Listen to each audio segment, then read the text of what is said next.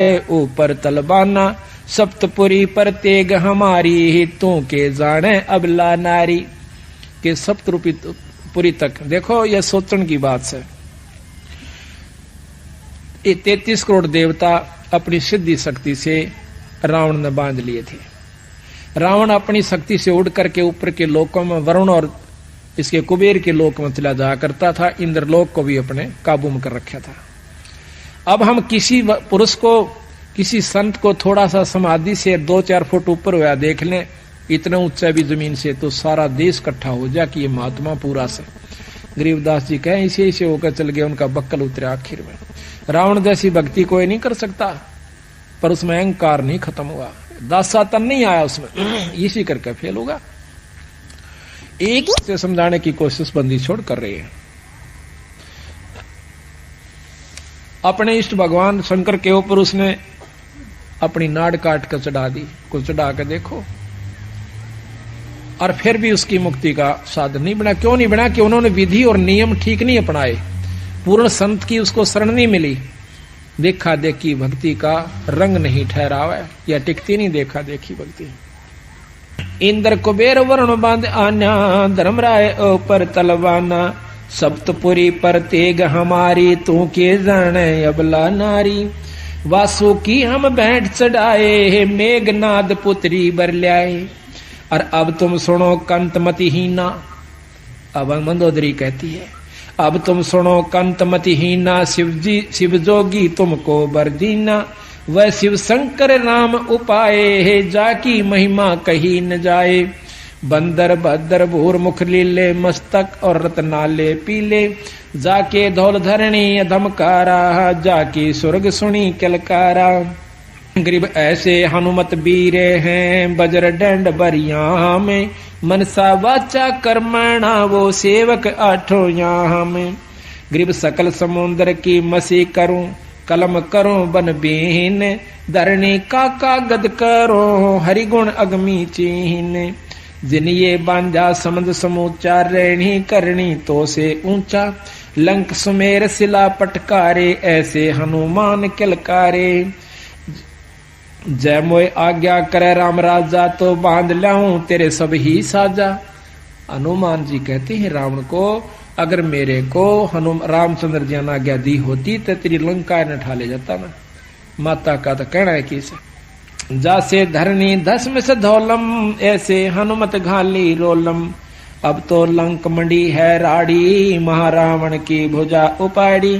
दूतर खंड खंड कर नाख्या प्रथम हनुमान का साका। अब ये सारा बहुत लंबा वर्णन है, पर बीच बीच में हम छोड़ रहे हैं थोड़ा। छोटे अग्नि चक्कर बाणा जिन ये सेना बेधी प्राणा। ग्रीब नाग फांस में आ गए सेना सुदर्ग भीरे। 3300 बंद छुटवाई या फिर टूटे जम जंजीरे। जिनियो सेना सकल सिंगारी सुन रे हनुमान दरबारी। अब तुम द्रोणगिरी पर जाओ हनुमत बांध ढूंढ संजीवन ल्यावो। जावा पवन नंदन ध्याया सो तो कल्प करी राम राया। द्रोणागिरी जा लई उठाई हनुमत बेग संजीवन ल्याई। जदवा वाहन गरुड़ हंकारे खा लिए नागी दल सारे। जदवा मिले विभीषण भाई जदवा लंक देई राम राई। अब छूटत है बाण अमोगा रावण मार लिया गढ़ लंक सोका। जाको मिला महादेव बंका ताका टूट गया गढ़ लंका। अब 3300 बंद छुटाए रामचंद्र सीता घर लाए। बोझ गरुड़ भुसुंड बयाना मोसे कहो भेद विधि नाना।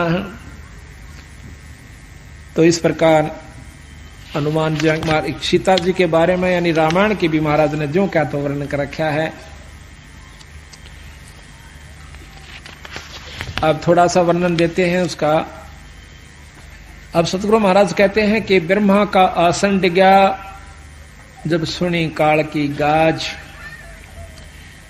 कालबली अपने लोग निरंजन लोक से जब दहाड़ मारता है गरजता है, उस समय यह धरती कांप जाती है और कोई भूचाल का रूप धारण ले लेती है। तीनों लोकों के अंदर खलबल पड़ जाती है। ब्रह्मा विष्णु महेश के आसन डोल जाते हैं। तो वो शक्ति काल जो है वो बहुत प्रबल है, महाकाल जिसे कहते हैं। वो ज्योत निरंजन है, और उससे ऊपर एक शक्ति और है जिसको अवगत पुरुष कहते हैं। अवगत पुरुष से ऊपर एक पूर्ण ब्रह्म परमात्मा सतपुरुष कबीर साहब है। जब तक हमने ये ज्ञान पूरा नहीं होगा कि हम किस शक्ति की साधना कर रहे हैं और इस शक्ति से हमें लाभ क्या होगा, जब तक हम अपना आत्म कल्याण नहीं कर सकते। ठीक है, भक्ति सब कर रहे हैं जिसने जितना ज्ञान से, उसके बारे में गरीबदास जी ने कहा कि भाई देखो भक्ति जरूर कर रहे हो पर पूर्ण लाभ नहीं है। किस प्रकार कि जैसे चंदन सर्प लिपटाई, शीतल तन भय विष नहीं जाई। जिस प्रकार चंदन के वृक्ष के चारों तरफ सर्प लिपट जाते हैं, शीतलता जरूर आती है क्योंकि चंदन का स्वभाव शीतल है, लेकिन उनके अंदर जो